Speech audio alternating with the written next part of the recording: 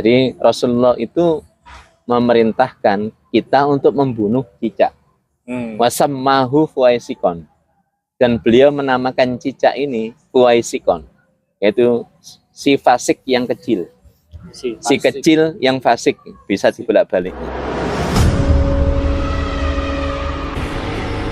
Assalamualaikum warahmatullahi wabarakatuh. Waalaikumsalam warahmatullahi wabarakatuh. Alhamdulillahirabbil alamin. Assalatu wassalamu ala asrofil anbiya'i wal mursalin wa ala alihi wa ashabihi wa man tabi'ahu ila yaumiddin.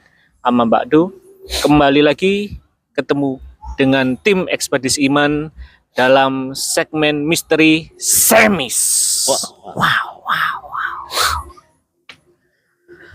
Baik, para sahabat-sahabat Ekspedisi Iman dimanapun Anda berada, hari ini kita akan membahas salah satu mitos yang sangat populer di kalangan masyarakat terkait dengan kejatuhan cicak.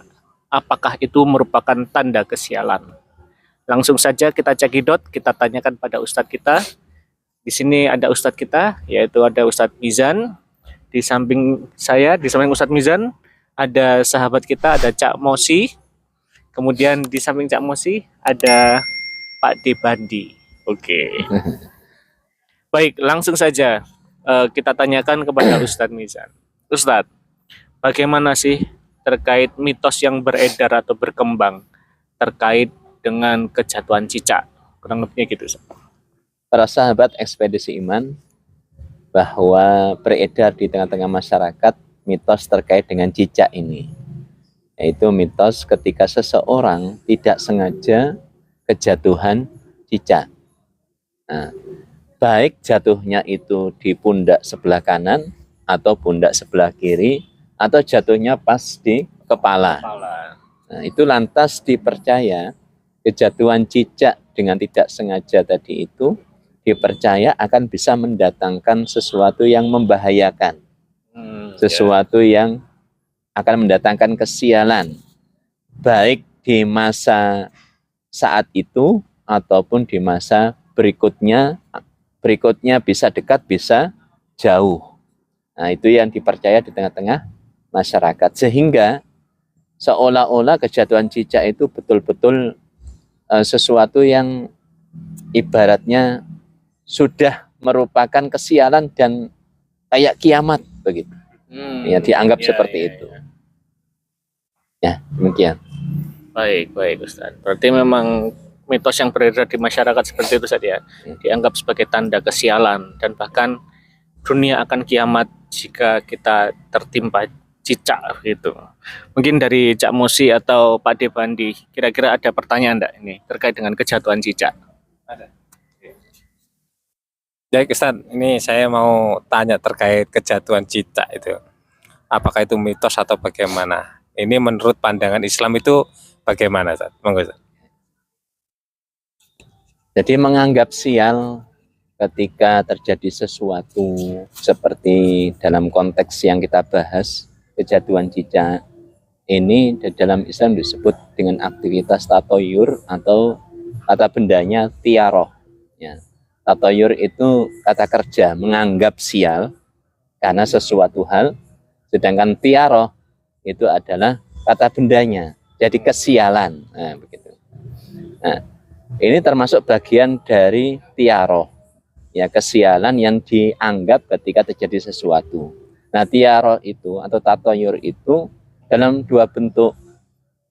Bisa karena seseorang, misalnya ketika Nabi Musa alaihissalam itu diutus oleh Allah Subhanahu wa Ta'ala untuk mendakwahi Raja Fir'aun. Nah, ketika sebelum Nabi Musa itu diutus atau sebelum lahir pun itu sudah diprediksi oleh ahli nujum akan ada anak laki-laki yang lahir di tengah-tengah Bani Israel yang ini bisa membahayakan singgasana Raja Fir'aun. Maka ada kebijakan semua bayi yang lahir pada waktu itu harus dibunuh semua. Nah, makanya Nabi Musa diselamatkan oleh ibunya, dimasukkan ke peti, dikintirno, dihanyutkan di Sungai Nil. Nah, itu kan ceritanya begitu. Maka sampai besar pun ini dianggap membawa kesialan bagi singgasananya, bagi kekuasaannya. Dan betul, Nabi Musa ketika menyampaikan ajaran agama tauhid yang berasal dari Allah Subhanahu wa taala dan Firaun tidak mengikuti, maka ditimpa azab dari Allah Subhanahu wa taala. Nah, itu. Jadi bisa pada seseorang. Yang kedua, itu bisa karena suatu benda. Benda yang jatuh. Itu lantas dianggap ini membawa kesialan, ya, termasuk kejatuhan cicak. Nah, tiaroh atau tatayur ini termasuk ya perbuatan syirik. Oh iya. Ya, jadi termasuk perbuatan syirik yang menyekutukan Allah Subhanahu wa taala. Karena di dalam Islam, dalam akidah Islam, yang mendatangkan kemanfaatan, yang mendatangkan kesialan itu adalah merupakan qadha, ketetapan Allah Subhanahu wa taala. Kalau Allah menginginkan kita itu dapat manfaat, maka seluruh manusia, makhluk di alam dunia ini mau mencelakakan kita, nggak akan bisa. Pun begitu pula dibalik, ketika Allah berkehendak ingin memudaratkan kita, memberikan kemudaratan pada kita, seluruh makhluk di muka bumi bersatu untuk memberikan kemanfaatan kepada kita, nggak akan mampu. Nah, begitu. Sehingga kata Nabi Musa, kata Rasul-Rasul ketika dianggap Anda ini mendatangkan kesialan bagi kami dengan memberi peringatan kepada kami oleh orang-orang kafir. Maka Rasulullah mengatakan, apakah kalian diberi peringatan kemudian kalian bernasib sial? Sesungguhnya kalian ini termasuk orang-orang yang melampaui batas. Karena kami memberikan peringatan, memberikan dakwah itu untuk menyelamatkan kalian di dunia hingga di akhirat. Ya, demikian. Bagaimana Pak Isam? Menarik ya? Menarik. Jelas ya. Pak De Mandi, ada yang mau ditanyakan Pak De? Ada ya? Baik. Terima kasih atas waktunya. Mungkin sedikit Ustaz, bagaimana jikalau kita bertemu dengan cicak itu aja. Monggo. Jadi apa yang kita kemudian lakukan terhadap cicak, termasuk saudaranya, cicak gede, tokek. Tokek itu kalau cicak besar, ya, itu sebangsa sama, bangsanya sama cicak. Nah itu, maka yang dianjurkan oleh Rasulullah SAW adalah di dalam salah satu hadis Nabi mengatakan, dari riwayat amara Rasulullah an qatlil wazaghi. Jadi Rasulullah itu memerintahkan kita untuk membunuh cicak. Wasammahu fuaisikon. Dan beliau menamakan cicak ini fuaisikon, yaitu si fasik yang kecil. Si kecil yang fasik, bisa dibolak-baliknya. Nah, kita bisa lihat track recordnya cicak di masa dibakarnya Nabi Ibrahim oleh Raja Namrud. Oh iya. Nah, niku cicak itu memberikan kontribusi meniup-niup api biar semakin besar.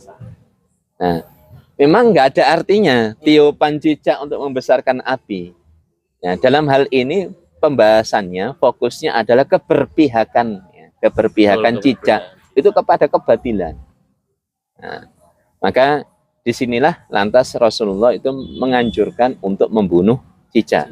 Yang kedua, membunuh cicak termasuk membunuh si tokek, ya, saudaranya, ya, saudara besarnya niku. Nah, niki mendatangkan pahala dari Allah Subhanahu wa taala. Jadi ketika kita membunuh cicak atau tokek sekali pukul mati, itu pahalanya lebih besar daripada berkali-kali baru mati. Nah, itu berbeda.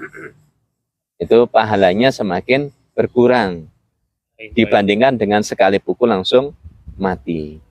Dan yang berikutnya, yang ketiga, ketika kita kejatuhan cicak, nah, kejatuhan cicak, maka tidak boleh ada rasa was-was, tidak boleh ada rasa karena kita mengetahui mitos kejatuhan cicak membawa kesialan, lantas waduh nanti ada sial. Iya, betul. Nah, kita disinilah kita ujian keimanannya.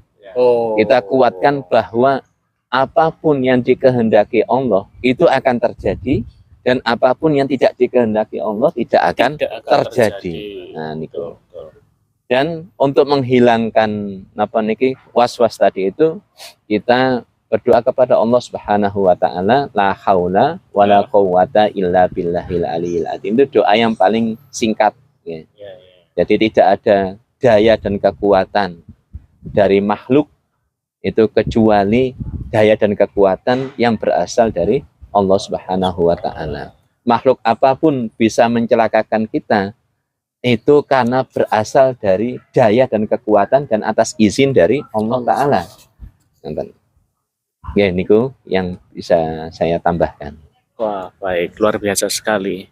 Jadi para sahabat ekspedisi iman, secara singkat terkait dengan mitos kejatuhan cicak, kita tidak boleh mempercayai, tidak boleh muncul rasa was-was, karena di situ jika kita percaya maka muncullah kesyirikan dalam diri kita.